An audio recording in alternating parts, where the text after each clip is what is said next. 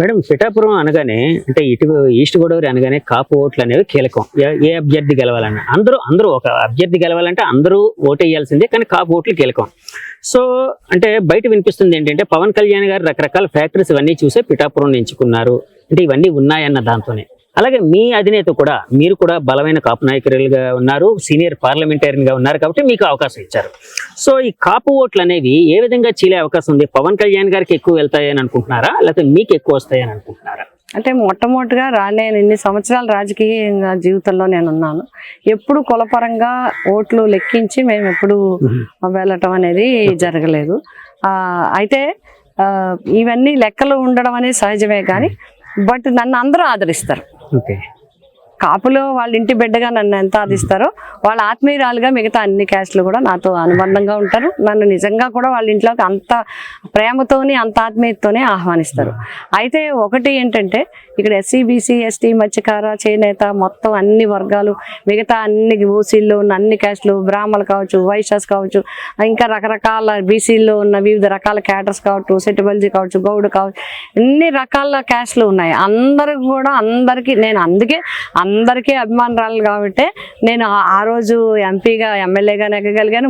హోరాహోరీ పోటీ ఆ రోజు ముగ్గురు మధ్య పోటీ ఉన్నప్పటికీ కూడా నేను విజయం సాధించగలిగాను. మళ్ళీ మొన్న ఎంపీలో కూడా ఇక్కడ నుంచి మెజార్టీ తెచ్చుకోగలిగాను, ఇక్కడ ప్రజల మద్దతు పొందగలిగాను. మళ్ళీ నాకు అన్ని వర్గాలు ఒక్క క్యాస్ట్ మీద బేస్ చేసి ముఖ్యమంత్రి గారు నాకు ఇవ్వలేదు. నేను సెలెక్ట్ చేసుకుని కూడా రాలేదు. ఇక్కడ ఎవరున్నారు ఏంటని కూడా సెలెక్ట్ చేసి రాలేదు. నేను పని చేశాను, నా పనితీరును ప్రజలు గుర్తించారు. నాకు తప్పకుండా ఇక్కడ మళ్ళీ సేవ చేసే అవకాశం వస్తుందని ముఖ్యమంత్రి గారు భావించారు, నేను భావించుకున్నాను. కాబట్టి నాకు ఇక్కడ సీట్ వచ్చింది. ఇంకా నాకు వస్తాయా లేదా ప్రత్యర్థికి వస్తాయా అనేది మనం ఆలోచన చేస్తే డెఫినెట్గా ఆయన కాపు వర్గానికి సంబంధించిన ఆయనైతే నేను కాపు ఆడబడుచుని, కాపు ఇంట పుట్టిన ఆడబిడ్డను నేను. కాబట్టి వాళ్ళు నన్ను కూడా ఆదరిస్తారు, వాడు బిడ్డగా నన్ను ఆదరిస్తారు తప్పకుండా.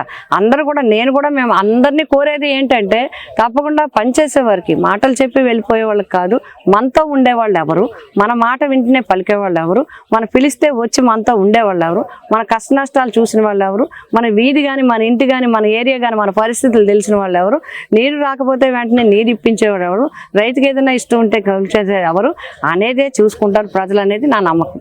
ఎందుకంటే ప్రజలకు అందరూ పిఠాపురం నియోజకవర్గం అత్యంత రైతాంగం ఉన్న ప్రాంతం ఇది.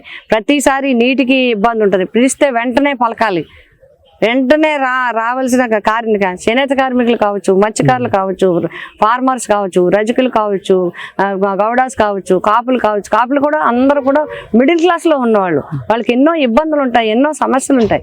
అన్నిటికీ ఎవరు అందుబాటులో ఉన్నారనేది చూసుకుంటారని నా అభిప్రాయం. అన్ని వర్గాలు నన్ను ఆదరిస్తారనే సంపూర్ణ విశ్వాసం నాకుంది. మేడం, ముద్రగడ గారు అంటే ప్రముఖ కాపు నాయకుడు, ఒక కాపుల కోసం పోరాడిన వ్యక్తి, అలాగే సీనియర్ పార్లమెంట్ నాయకుడు. సో ఆయన వైసీపీలో చేరడాన్ని ఏ విధంగా చూడాలంటారు? ఆయన కూడా కాపు ఉద్యమాన్ని చేశారు.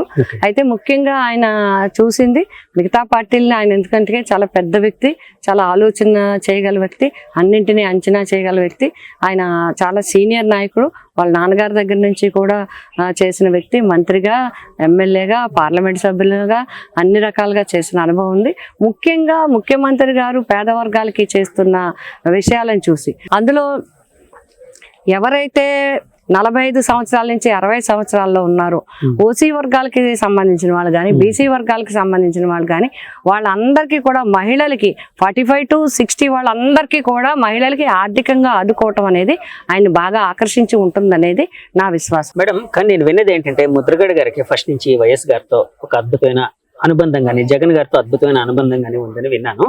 అంటే ఈ మధ్య ఆయన లేఖలు పవన్ కళ్యాణ్ గారిని ఉద్దేశించి మీరు కాపుల ఓట్ల కోసం అడుగుతున్నారు కానీ మీరు సరిగా ఆ విధంగా ప్రవర్తించట్లేదు అన్నట్టు రకరకాల ఇవన్నీ చేశారు. అంటే లేఖలు రాసేవారు, ఆ విషయం అందరికీ తెలిసిందే. అంటే ఇది జగన్ గారి మీద ఫేవర్తో రాసిన లేఖలుగా భావించచ్చా అండి? ఎందుకంటే మీరు ఇక్కడ ఉన్నారు కాబట్టి అడుగుతున్నానండి. అంటే ఆయన ఏదున్నా కూడా నిర్మోహమాటంగా చెప్పే వ్యక్తి పద్మనాభం గారు. నిర్మోహమాటంగా ఏదున్నా లేఖ ద్వారా తెలియజేస్తారనేది అందరికీ తెలుసు. బట్ దానికి వెనకాల భావం ఏంటనేది ఆయన్నే అడిగి తెలుసుకోవాల్సిన అవసరం ఉంది.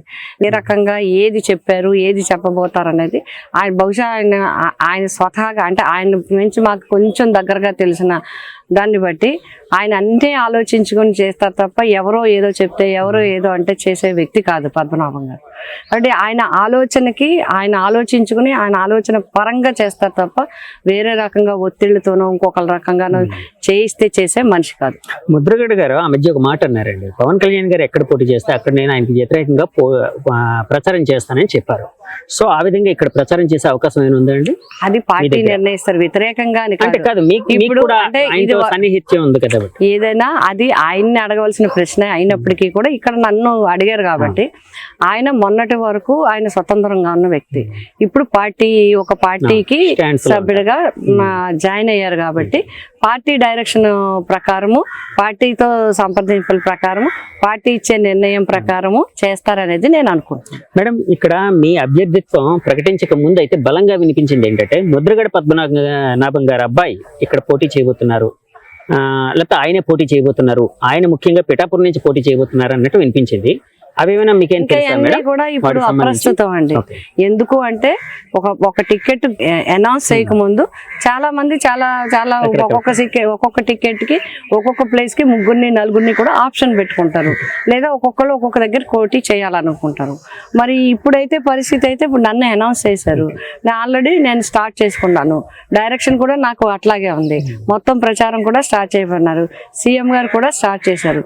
కాబట్టి ఇప్పుడు దాని గురించి చర్చించడం అంత భావ్యంగా ఉండదనేది నా ఉద్దేశం. ప్రచారంలో ఇప్పుడు అధినాయకులు రకరకాల నియోజకవర్గాలకు వెళ్ళి ప్రచారం చేస్తూ ఉంటారు అక్కడ అభ్యర్థికి సపోర్ట్ గా. అలాగే ఇక్కడ అంటే పవన్ కళ్యాణ్ గారు పోటీ చేస్తున్నారు కాబట్టి రాష్ట్ర వ్యాప్తంగా అందరి దృష్టి దీని మీద ఇక్కడ పిఠాపురం మీద ఉంది కాబట్టి సీఎం గారు జగన్ గారు ఇక్కడికి వచ్చి మీకు సపోర్టివ్ గా పోటీ చేసే ఇదేనా ఉందండి పరిస్థితి? అలాంటిది ఏదైనా తెలుసా మీకు?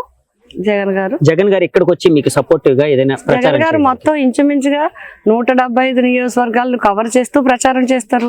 ఇది ఇక్కడనే కాదు, బహుశా ఇక్కడ ఉంటే ఇంకొక ఎవరైనా ఒకళ్ళిద్దరు రావచ్చు, కానీ అన్ని నియోజకవర్గాలకి అందరూ కూడా అక్కడ ఉండే పరిస్థితులను బట్టి, అక్కడ ఉండే డెవలప్మెంట్ ని బట్టి కొంతమందిని ఎక్కడైనా కూడా వేయటం అనేది జరుగుతుంది. ఇప్పుడు బీజేపీ ఉంది, బీజేపీ టికెట్లు ఇచ్చేసి వదలరు, వేరే రాష్ట్రాల నుంచి అందరినీ ఎంపీస్ని కానీ మినిస్టర్లు కానీ ఇక్కడికి పంపిస్తారు.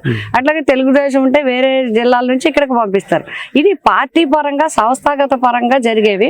పార్టీ డైరెక్షన్ లో ఆ క్యాండిడేట్ కు మద్దతుగా కొంత సపోర్ట్ గా కొన్ని విషయాలు చెప్పడానికి క్యాండిడేట్ ఎప్పుడు ఎక్కువగా పబ్లిక్ తో మూవ్ అవుతూ ఉంటాడు. కాబట్టి ఈ ప్రభుత్వం ఏం చేసింది, రేపు ఏం చేయబోతుంది అనేది కొంచెం హై లెవెల్లో ఉన్న వాళ్ళ చేత చెప్పించడం అనేది సాంప్రదాయంగా వస్తుంది. మా పార్టీ ఒకటే కాదు, అన్ని పార్టీలు జరుగుతాయి, దాంట్లో మా పార్టీ కూడా అంటే కాదు మేడం. నేను అనేది ఏంటంటే చాలా మంది అభ్యర్థులు అధినాయకులు అక్కడికి వచ్చి అంటే ప్రచారం చేస్తే బాగుంటుంది, కొంత మైలేజ్ ఇంకా ఎక్కువ గ్యాదర్ అవుతుంది అని అనుకుంటూ ఉంటారు.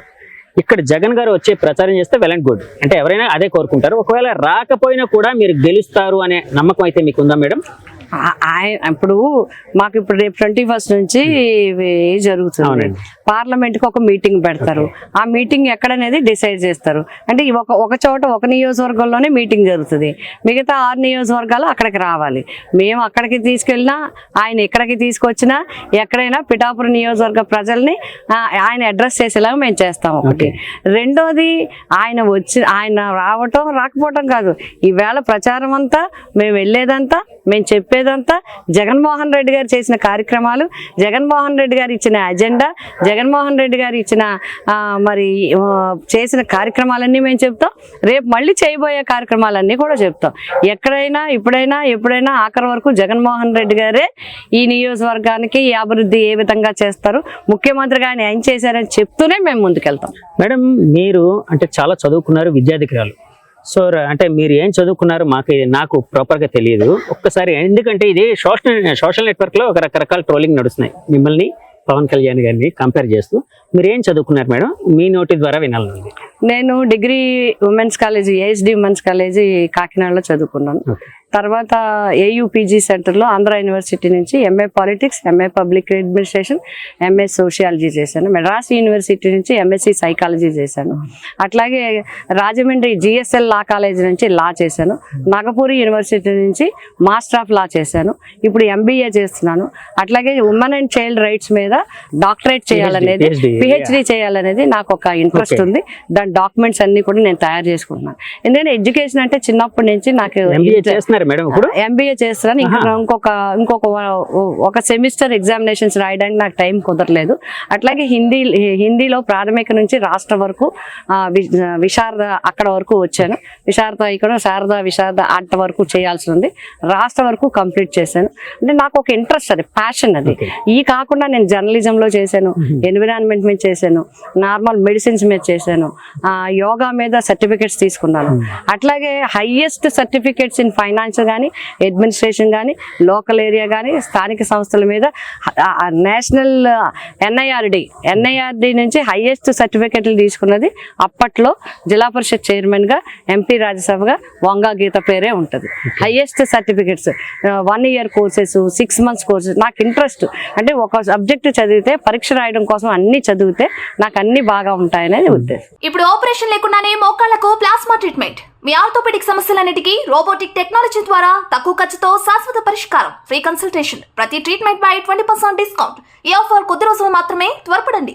V9 hospitals 9281465842.